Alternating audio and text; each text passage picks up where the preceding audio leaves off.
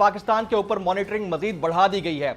एक पॉइंट वो है जिसके ऊपर पाकिस्तान को काम करना है, लेकिन 6 मजीद मुतालबात ऐसे दे दिए गए हैं, यानी बतौर मजबूरी 7 ऐसे मुतालबात हैं जिन पर अभी पाकिस्तान को, हुकूमत पाकिस्तान को और पाकिस्तान के कानून नाफिज करने वाले इदारों को काम करना है, पाबंद होना है। एक और हमें नया एक्शन प्लान FATF की जानिब से कल मिला, जिसमें 7 नुकाती एजेंडा दिया गया है और वो मनी लॉन्ड्रिंग के हवाले से है। जो 6 पॉइंट्स हैं उन पर जब तक पाकिस्तान अमल नहीं कर लेता, पाकिस्तान को तब तक ग्रे लिस्ट में ही रखा जाएगा। भाई साहब, बहुत सारे लोग कल से ये बातें भी कर रहे हैं कि जब तक पाकिस्तान के ताल्लुकात इंडिया और अमेरिका के साथ ठीक नहीं हो जाते तब तक शायद पाकिस्तान FATF की ग्रे लिस्ट में ही रहेगा। हम सर घुटने टेक दें और इंडिया से ये कह दें, माई बाप तू हमारा बड़ा है, इस रीजन के अंदर तेरे जैसा कोई भी नहीं है। जय हिंद दोस्तों, a very warm welcome to Hindustan special channel. आपको पता ही है दोस्तों, FATF ने पाकिस्तान को ग्रे लिस्ट में ही रखा हुआ है। दरअसल पाकिस्तान ने 27 पॉइंट्स में से 26 पॉइंट्स पर अमल किया, लेकिन पाकिस्तान ने FATF की मेन कंडीशन मनी लॉन्ड्रिंग पर कोई भी काम नहीं किया। इसी वजह से पाकिस्तान को ग्रे लिस्ट में रखा गया है। लेकिन अब FATF ने पाकिस्तान को 6 और पॉइंट्स पर काम करने को कह दिया है। यूं कहिए कि अब पाकिस्तान को कुल मिलाकर 7 कंडीशंस पर काम करना होगा। पाकिस्तान को ग्रे लिस्ट में 3 साल से ज्यादा समय हो चुका है। पाकिस्तानी मीडिया ये बता रहा है कि अब FATF की 7 कंडीशंस को पूरा करने के लिए पता नहीं कितना समय और लगेगा।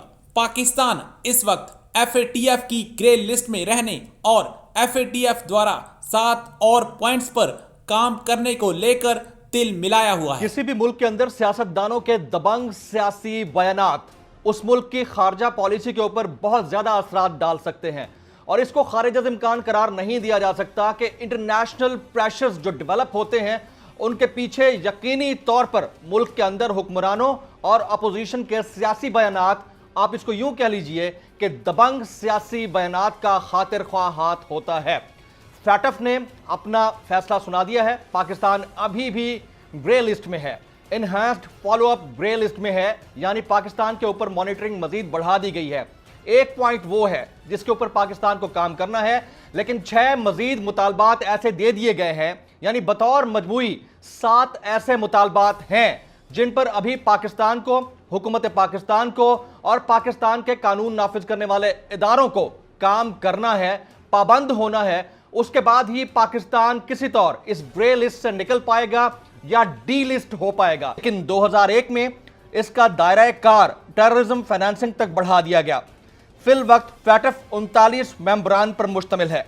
Argentine, Australia, Austria, Belgium, Brazil, Canada, चीन, Denmark, European Commission, Finland, France, Germany, यूनान, Gulf Cooperation Council, Hong Kong, Iceland, India. जी हां, इंडिया के ऊपर ज्यादा मैं जोर दूंगा। इनमें सबसे इंपॉर्टेंट इंडिया है, जो कि इस खित्ते के हवाले से सबसे ज्यादा अहमियत का हामिल है। पाकिस्तान में इन टर्मिनोलॉजीज को नहीं समझा जाता। पाकिस्तान में व्हाइट लिस्ट का लफ्ज इस्तेमाल किया जाता है। आप अंदाजा लगा लीजिए कि पाकिस्तान के एक वफाकी वजीर अगर प्रेशर करते हैं और उस प्रेशर के दौरान वो ग्रे लिस्ट से व्हाइट लिस्ट में आने की बात करते हैं, तो इससे ज्यादा मज़ाक खेज बात नहीं हो सकती, क्योंकि FATF के ऊपर किसी व्हाइट लिस्ट नाम की कोई लिस्ट दस्तयाब नहीं है, ना ही इसका वजूद है। हां, ग्रे लिस्ट से डी लिस्ट किया जा सकता है, यानी आप क्लियर्ड कंट्रीज की लिस्ट में आ सकते हैं। तो उसको रॉन्ग टर्मिनोलॉजी देना ये पाकिस्तान के वज़रा का सहरा है, वही दे सकते हैं। अब दबंग सियासी बयानात के